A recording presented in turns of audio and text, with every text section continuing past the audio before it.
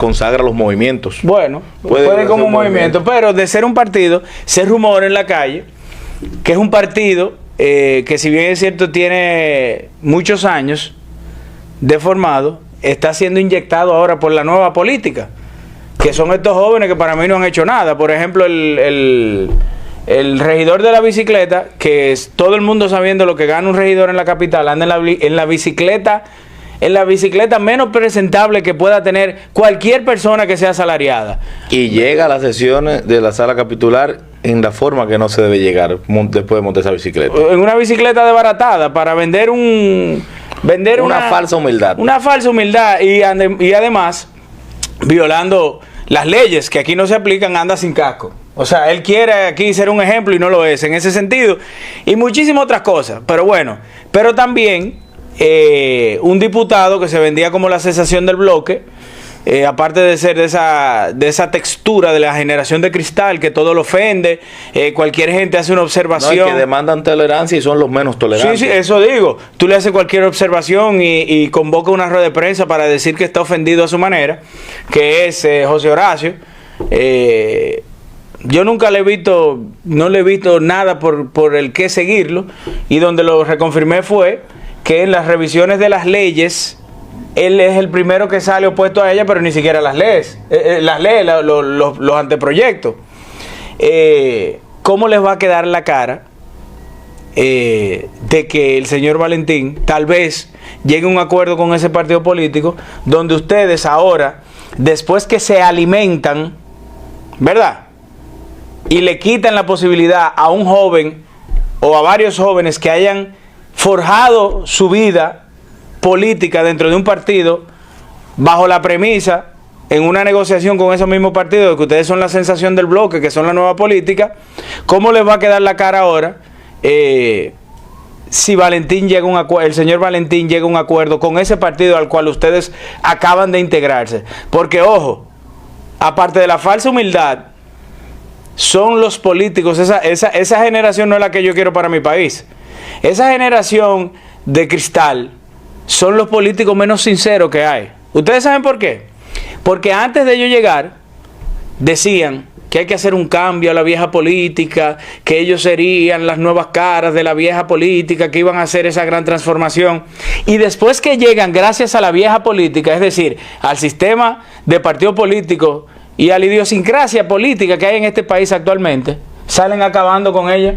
Nos saturamos de la vieja política, ahora venimos con una nueva opción, somos lo nuevo. Pero sangraron a la vieja política, la utilizaron de eslabón para llegar, pero lo peor aún, bajo sus métodos de persuasión y negociación, de que son esa promesa de la nueva generación, dejaron de tomar en cuenta a jóvenes que sí están trabajando política, que sí están haciendo vida política dentro de un partido.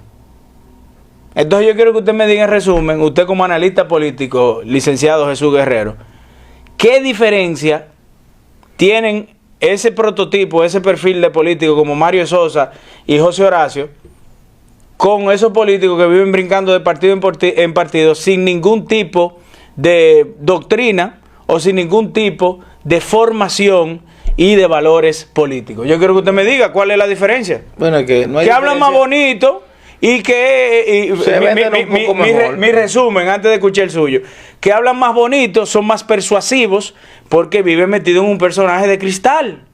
Entonces, hasta cierto punto usted no puede llevarlo a su terreno de juego, porque de antemano dicen que usted lo está ofendiendo, que la sociedad lo está opando, que es xenófobo, intolerante, homofóbico, todo lo sabido y por haber uno es. Pero el problema de eso en lo político es que aquí ha habido un default ideológico, Jochi. Aquí se han perdido las ideologías y hay que volver a las ideas.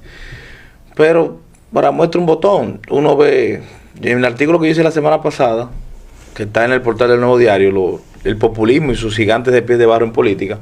Gabriel Boric en Chile, un desastre.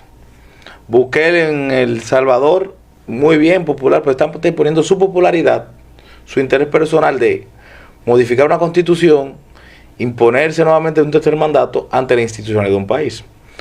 Perú, ni se diga, desde Fujimori todo ha sido un desastre. El único que salió bien de esos presidentes fue el interino que sustituyó a Fujimori cuando se sí, que tenía un apellido rarísimo. Que era un señor mayor con lentes, ahora no recuerdo bien, pero Humala preso, su mujer presa por Odebrecht. Alan García. Ella marchó al misterio por decisión propia ante los toques de los estamentos de seguridad, de los judiciales. ¿Por Odebrecht también? Por Odebrecht.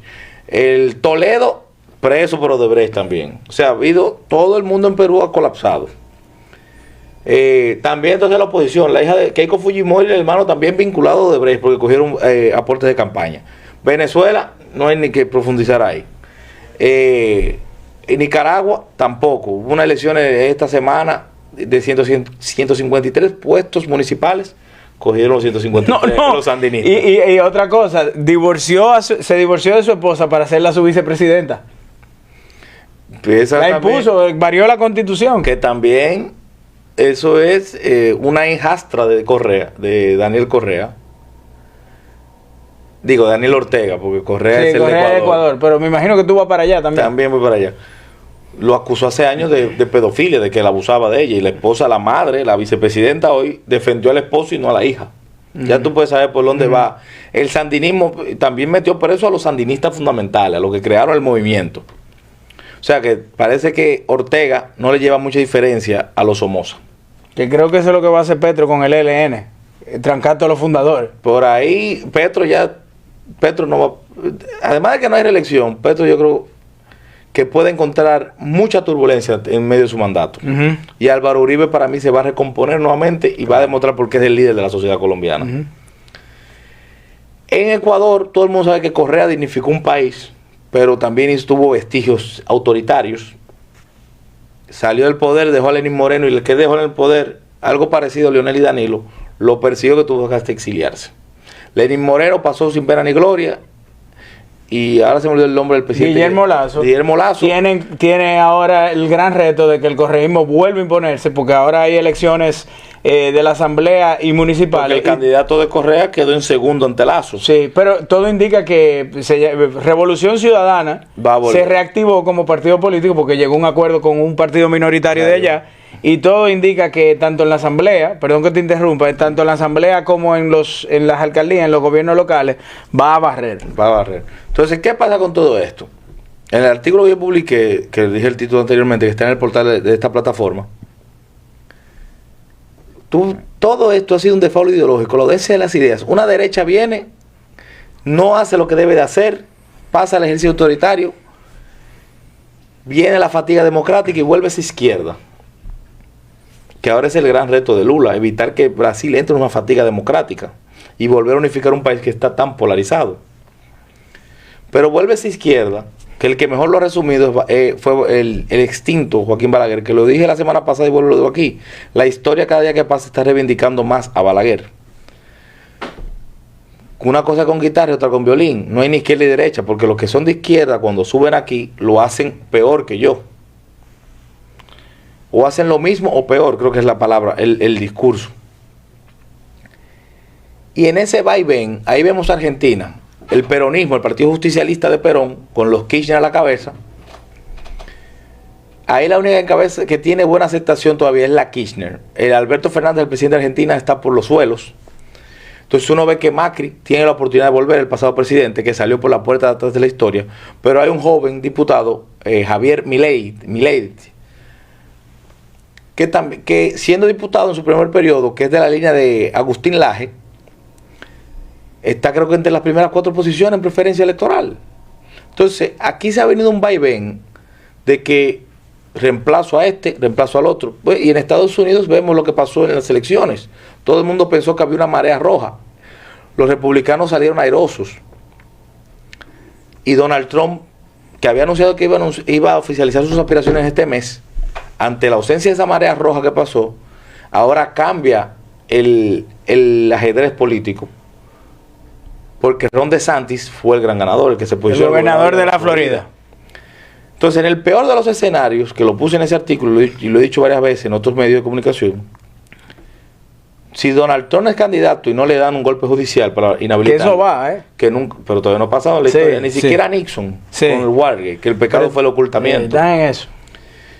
el candidato va a ser DeSantis. Ahora, si Trump lo sobrevive, que yo creo que puede sobrevivirlo, pero ya ahora no tiene esa fuerza con la que venían, y Biden es tan tonto que lo subestima elegirlo. Voy a asegurar que Trump no vuelva a la Casa Blanca, pensando que está legitimando a Trump y afuereando a DeSantis de la ecuación.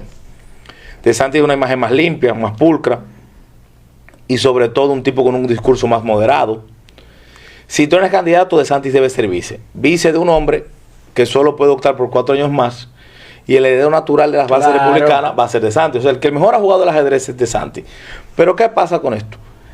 El problema es que este desfalo ideológico es porque el impopulismo se ha impuesto sobre las ideas. Y estos dos jóvenes que tú mencionaste, lo que son estos populistas, a ellos no les importa, y cuando vienen a ver ni siquiera creen en esas ideas que ellos dicen tener. Sí. Entonces lo que se ha hecho es una estafa electoral. Yo voto por ti, te legitimo, creo que tú vas a hacer algo, y termina siendo una gran decepción. El de la bicicleta, yo no he visto qué grandes cosas ha hecho. Bueno, lo único que comenzó como a hacerle la contra a la gestión de la alcaldesa, que él comenzó a exigir las aceras y contenedores. Ahí, miren, no solo en Gascue a eso iba, no solo en el polígono central, ha sido un plan agresivo de recuperación de aceras y contenedores por parte del Ayuntamiento del Distrito Nacional. Y usted viene aquí a Gascue y ve que están terminando las aceras y contenedores, pero usted va a Piantini, ve Barito, va a los